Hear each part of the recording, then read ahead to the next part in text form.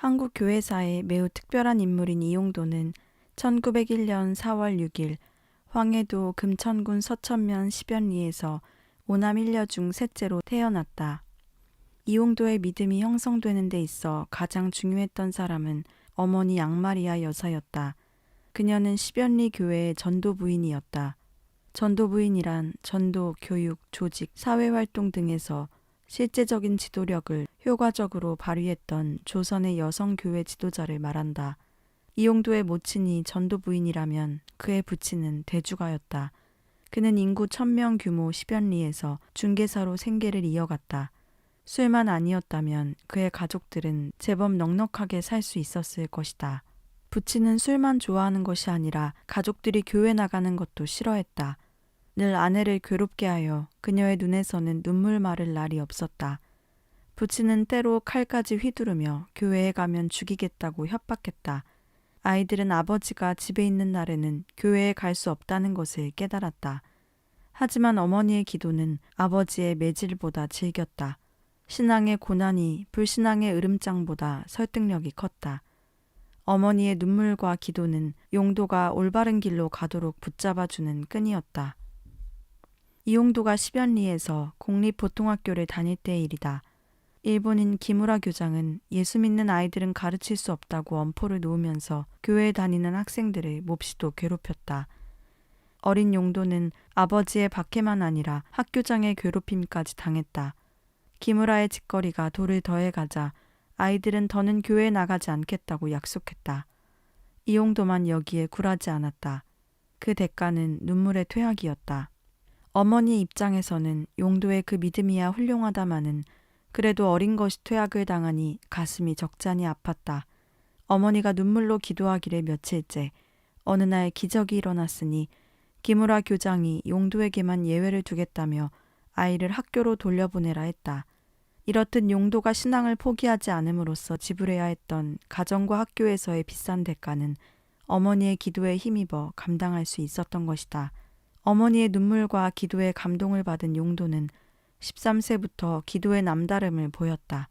예배당 종탑에 올라가 기도의 횃불로 밤사이를 환하게 밝히기도 하고 주일학교 교사로 섬기는 동안에는 시작 전부터 아무도 모르게 1시간 이상 기도하곤 했다.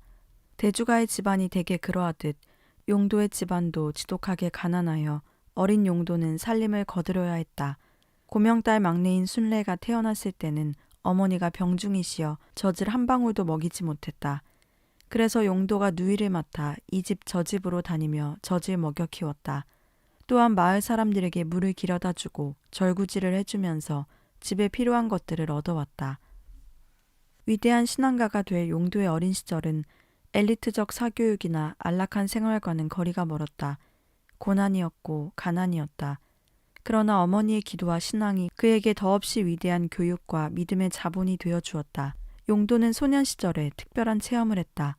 큰 아버지의 심부름차 캄캄한 밤길을 홀로 가고 있었는데 키가 9척이나 되는 마귀가 나타나 길을 막으며 겁을 주었다. 용도가 침착하게 찬송가를 크게 부르자 천사의 날개가 하늘로부터 내려와 그를 보호해 주어 무사히 길을 갈 수 있었다고 한다. 기독교 민족학교에 입학하다.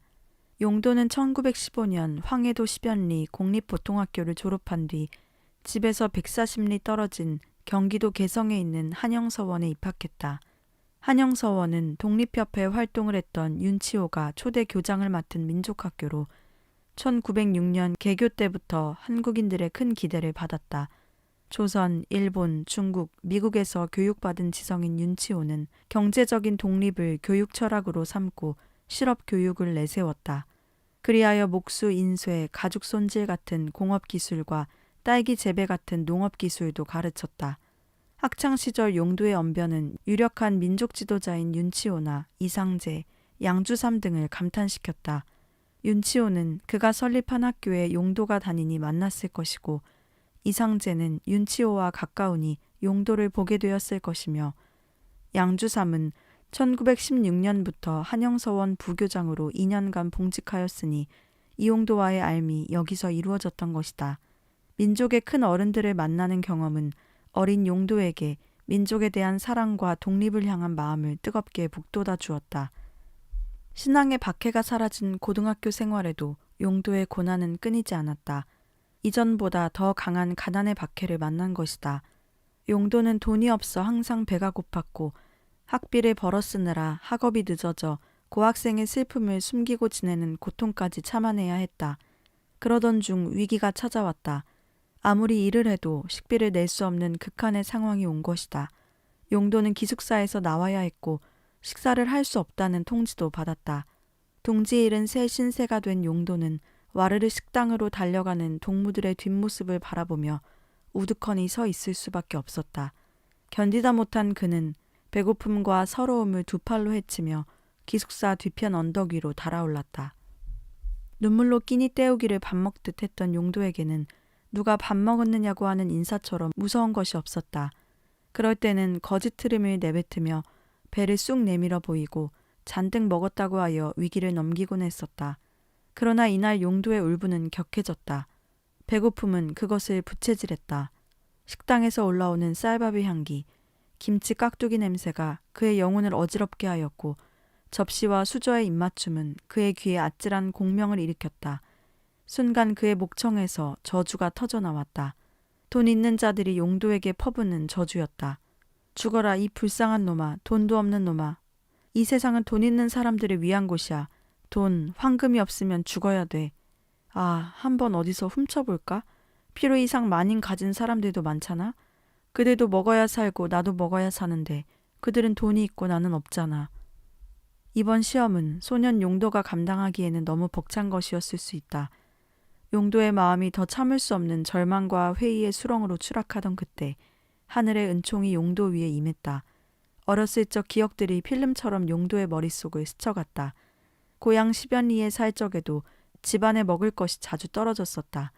그때면 어머니는 배고른 자식들을 모아놓고 머리를 숙이게 한 뒤 정성스러운 기도를 올렸었다.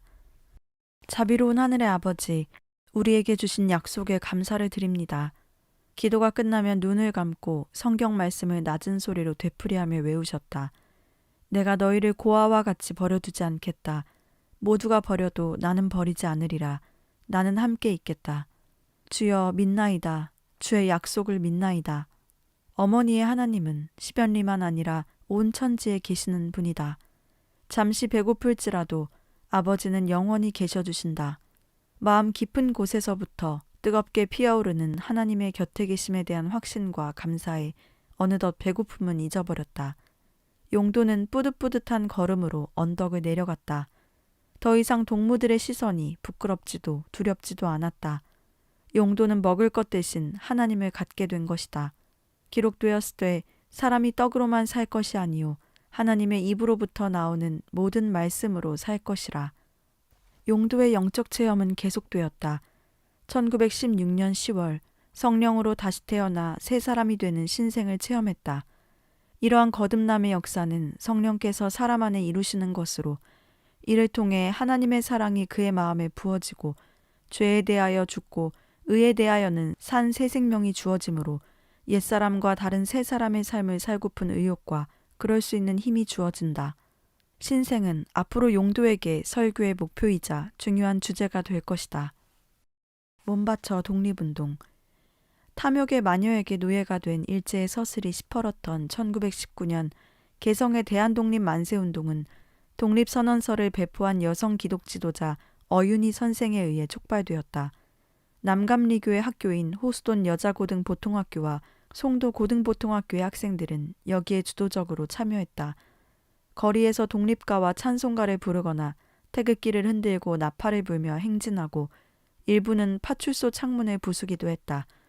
송도 고보의 용도는 경찰에게 당당하게 붙들려 개성소년 형무소 유치장에서 2개월 동안 민족사랑을 더욱 달구었다. 19살 풀려난 뒤에는 6월 4일 송봉회와 혼례를 올렸다. 신혼의 달콤함은 허락되지 않았던 걸까? 반년 뒤인 1920년 2월 11일 기원절 사건으로 잡혀 다시 반년 옥고를 치르는 용도다. 기원절이란 일본의 초대 천황이 즉위했다고 일본인들이 믿는 날을 기념하는 공휴일이다. 용도는 이날을 거부하여 고난을 받는다. 옥살이를 마치고 2달 뒤인 1920년 10월 20일에는 첫 아들 영철을 얻었다. 등남의 즐거움도 잠시. 같은 해 12월 28일 이번에는 황해도 신계경찰서에 검거되어 있는 무리 중에 이용도가 있다. 대부분 기독교인으로 이루어진 이들은 조선 독립준비단이라 칭하였다. 본 비밀결사단체는 황해도 황주에 여단사령부를 설치했고 상해 대한민국 임시정부가 발행한 공채 등으로 독립자금을 마련했다. 이들의 주 임무는 군사조직 구축과 무기 구입을 위한 자금 모금이었다. 황해도 준비단은 조직이 발각된 뒤 체포된 이들만 400여 명에 이르는 의열적 성향의 대조적이었다. 이들에 대한 보고는 내각 총리 대신에까지 올라갔다. 이듬해 1921년 11월 11일 세계 강대국의 대표들이 미국에서 군비를 감축하는 회의를 개최하고 이때 만주와 극동의 문제를 다룰 것이라는 사실이 알려지자 대한민국 임시정부는 이 회의에 한국 독립청원서를 제출했다. 이에 송도고보 4학년 이용도는 김종필, 최마태와 함께 11월 11일을 정하여 동맹 휴교와 만세 시위를 전개하기로 했다. 거사 당일 100여 명의 학생들을 모아서 휴교를 전개하는 중 이들은 경찰에 붙잡혔다. 이용도는 신문 중 진술하기를 나는 송도고등 보통학교의 4년급 부급장인 바 동교 생도들이 동맹 휴교를 한 것은 내가 휴교해야 한다고 선동하는 데 기인하는 것이오. 11일의 태평양 회의에서는 극동 문제가 나와 조선 독립에 관한 문제도 토의된다는 소문이 있으므로 이렇게 될 때는 조선인으로서는 그대로 방관하고 있을 수 없을 뿐 아니라 정신은 그 회의에 달려가서 육체만이 재교하고 있는 셈이므로 차라리 휴교하느니만 못하다는 것을 내세워 동맹 휴교할 것을 의논하고 이를 선전하였소. 이로 인해 용도는 경기도 개성지방법원 개성지청에서 보안법 위반으로 징역 6개월에 집행유예 3년을 선고받았다. 불복하고 경성복심법원에 항소하였으나 1922년 3월 1일에 패소하였고 다시 고등법원에 상소하였으나 4월 24일 역시 패하여 옥고를 치렀다. 이때 서울 서대문 형무소에 수감되었을 것이다. 독립운동으로 옥고에 신음을 3년, 옥고로 출입을 4회, 용도 속에는 민족 독립에 대한 열의가 모든 것을 태워버릴 기세로 타오르고 있었다. 그의 20대의 첫머리는 자기를 돌보지 않고 민족을 위해 철저히 제 몸을 내어주는 경험으로 채워졌다. 이용도의 동지인 미국인 피도수 선교사는 이용도가 잡혀있는 중에 부활하신 주님이 직접 개입하신 것으로 믿어질 정도의 놀라운 일이 일어났다고 한다. 한 관리가 용도를 동정하여 풀어주었다는 것이다. 이 일은 청년 용도에게 평생 잊을 수 없게 각인되었다. 용도가 서대문 형무소에 수감되었을 적의 행적은 같이 옥살이를 했던 이들로부터 몇 가지 알려진 것이 있다. 수갑을 밤낮으로 채워두는 사형수가 있었는데 추운 겨울날이 되자 그의 손목에 얼음이 맺혔다. 용도는 가끔 수갑과 얼어붙은 손목을 제 뱃속에 품어서 녹여주었다. 배고파하는 죄수들을 위해 자기 밥을 주고서는 고요히 주께 기도를 올리는 때도 있었다. 그 밖에 용도는 유명한 모 애국지사를 같은 감방에서 만나 그를 스승이자 아버지로 모셨다고 한다. 먼저 출소한 용도는 도남문 밖에 있던 그분의 집으로 찾아가 부인을 만나서 지사께서 감옥에 계시는 동안 어머니처럼 극진히 모셨다. 용도는 한 번 인연을 맺게 되면 그리 쉽사리 그 관계를 끊어버리는 성격이 아니었다. 자기가 망할망정 동지들을 배신하는 일도 없었다. 태평양회의 동맹 휴교 사건으로 인한 형을 마친 뒤 이듬해인 1923년 용도는 송도고보에 재입학하였으니 그의 나이 23이었고 이쯤에 개성거리에는 이용도라는 투철하고도 유명한 청년 독립운동가를 모르는 사람은 없었을 것이다. 신학교로 잡혀가다. 민족의 독립만이 생의 목표 삶의 의미였던 용도. 태평양회 사건으로 인한 수감 생활을 마친 1923년 그는 송도고보로 돌아갔다. 당시 교장은 남감리회 선교사 왕영덕. 그는 같은 해 송도고보에서 협성신학교 실용신학부장으로 직임을 옮기게 되었고 6월부터는 1903년 원산 대부흥의 주역이었던 하리영을 이어 신학교 교장이 되었다. 왕영덕은 오랫동안 지켜본 용도를 설득하여 이듬해 협성신학교를 입학시켰다. 변종호에 의하면 이때 용도는 고민이 많았다. 조국이 독립을 하고 민족이 자유를 얻어야 살지 신학 공부 같은 것으로 어찌 나라와 민족을 구할 수 있을 것인가 하는 것이 용도의 생각이었다. 독립운동을 하여 민족의 독립을 달성하는 것만이 자기가 할 일이요.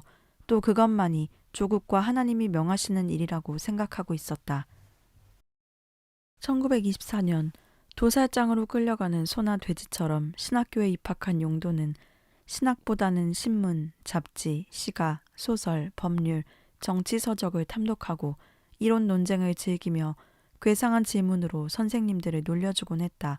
이는 독립을 향한 타는 열망을 진압해 보려는 나름의 발버둥이었다. 그러다 보니 용도는 골치 아픈 문제야 반항아 행세를 하게 되었고 이론가, 논쟁가, 과격파 등으로 알려졌다. 그러나 4년간 독립운동에 투신했던 용도는 차차 우리 민족이 자주인간으로서 바르게 살아가는 데는 종교의 힘이 정치적 투쟁보다 더욱 필요함을 느끼게 되었다. 인간의 마음 바탕에서 우리 민족을 바로잡을 수 있는 것은 종교라는 결론에 이른 것은 그가 신학교를 거절치 않는 한 이유가 되었다. 그해 가을부터 용도와 가까워진 동창생 이호빈의 회고에 의하면 용도는 말도 잘했고 글도 잘 썼고 음악도 운동도 남에게 뒤지지 않았으며 두뇌가 명철하여 비판력이 비범했다. 게다가 극단의 정열병 때문에 무슨 일을 일단 시작하면 자는 것도 먹는 것도 잊어버렸다. 어린이 주일학교를 맡았을 때는 입술이 마르도록 준비하며 힘을 쏟았다. 무엇이 중요한 일이라 생각되면 소유도 명예도 지위도 인정도 생명도 초계같이 내던지고 대드는 열정의 사람이었다. 뜨거운 피가 흐르는 독립투사의 기질이 세 방면에서 나타나고 있음을 확인할 수 있다. 용도는 금전에나 의복에나 모두 네것 내 것이 없었고 없는 사람에게 주지 못해 쓰는 별사람으로 일생을 구차하게 그날그날을 살아나갔다. 그러면서도 호비는 용도로부터 물질에 대한 이야기나 걱정을 결코 들어본 적이 없었다. 또 용도의 옷 주머니는 항상 텅텅 비어 있었는데 불쌍한 사람들에게 늘 꺼내주었기 때문이다.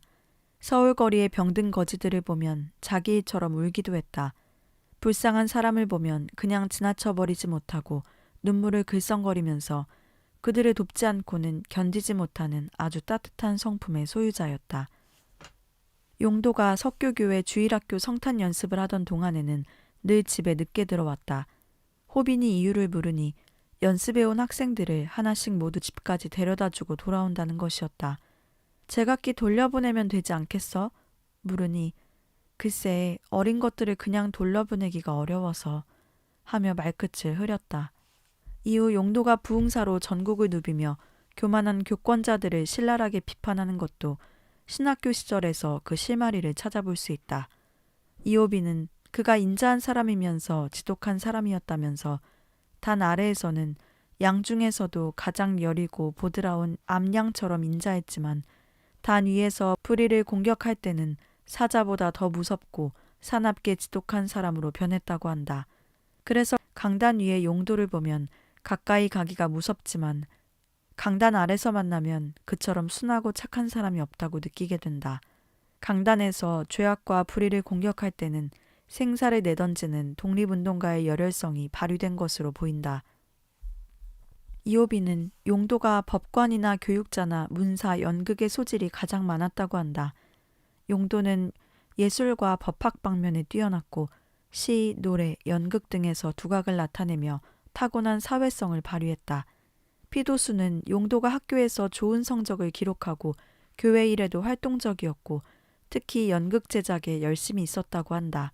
그런데 늘어나는 사회, 예술활동과 학문, 사람들의 인정 가운데 생각지 못한 문제가 나타나기 시작했다.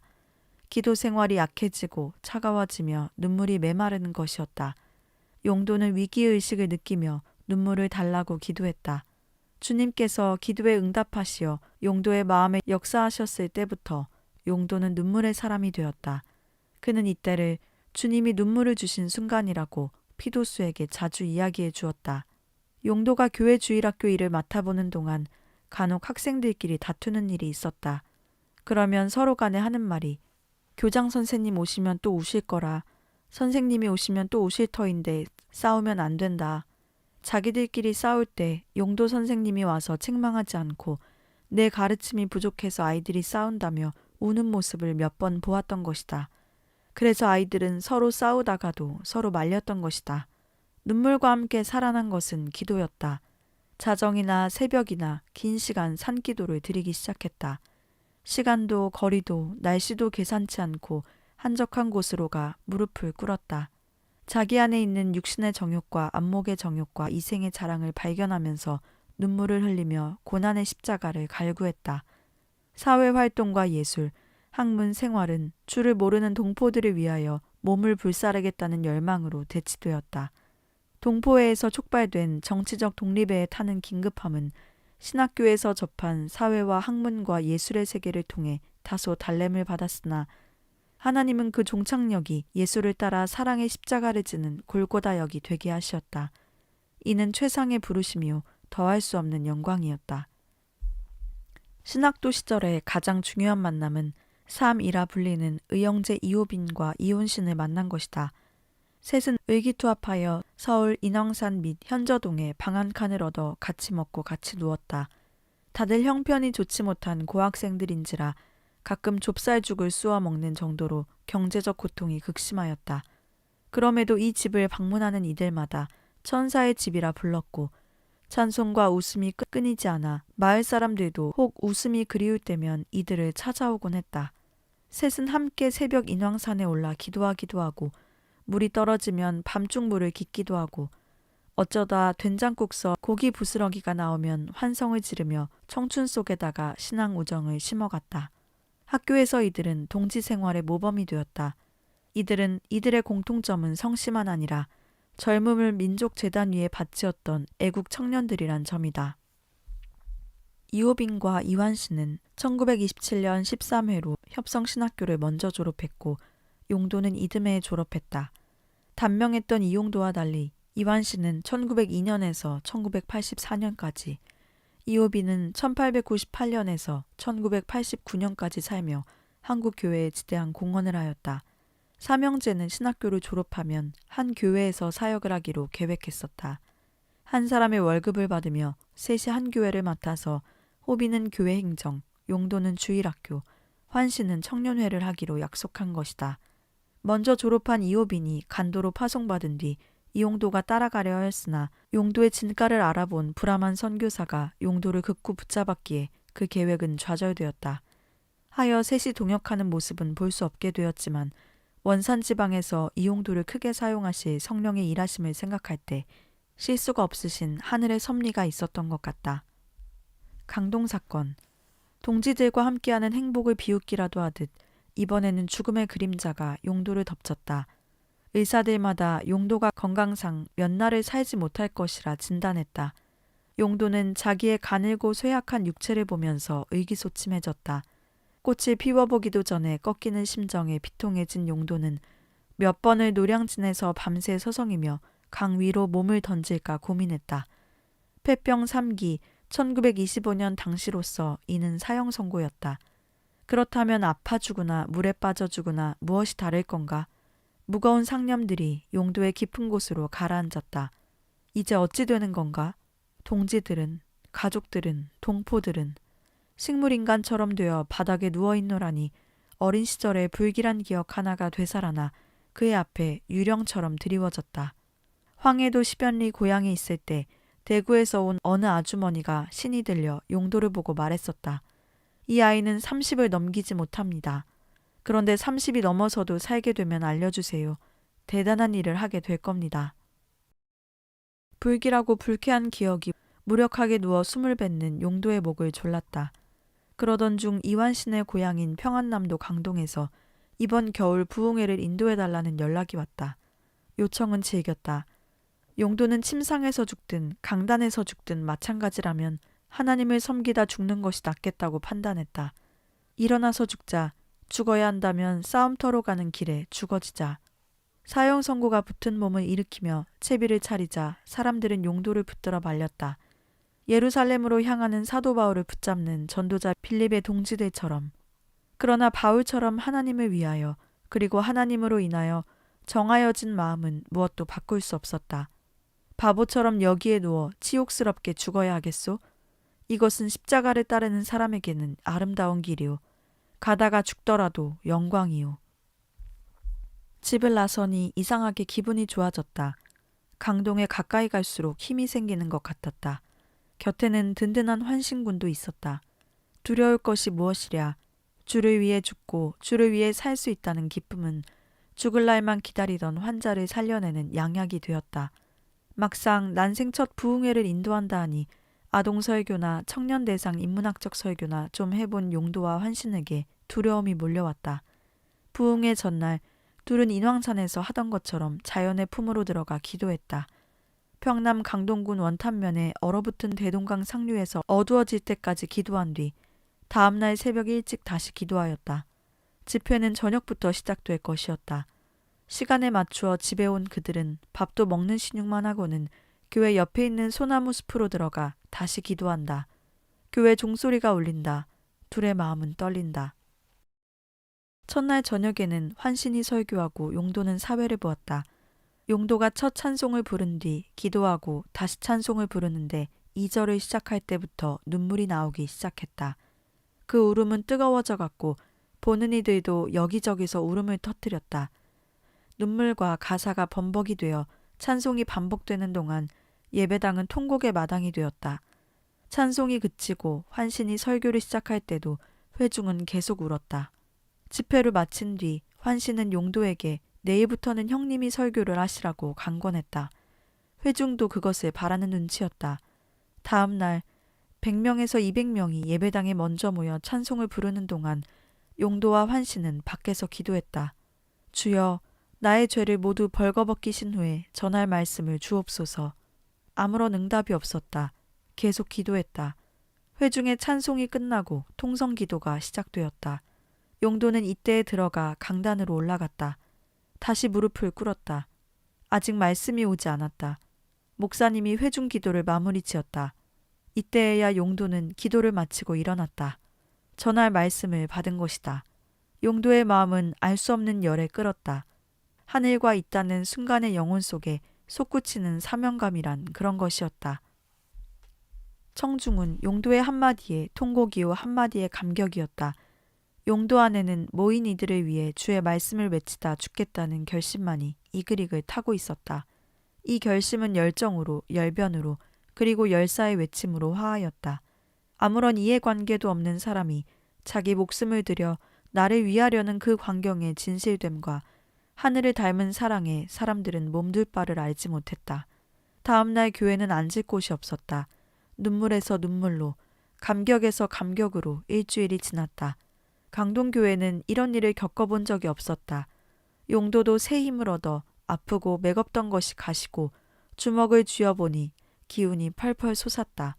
1925년 춥디 추운 겨울, 일주일간 용도가 쏟았고 회중이 쏟았던 그 울음은 어디에서 온 것이었는가. 나라 빼앗긴 서름, 가난에 노예된 신음, 힘없는 백성들의 고역, 강동의 울음은 민족을 대신하는 울음이었다. 강동의 기도는 민족을 위하는 기도였다. 용도의 부흥회는 그가 젊었을 때 왜 수차례 수감되어야 했는지를 잊지 않았다.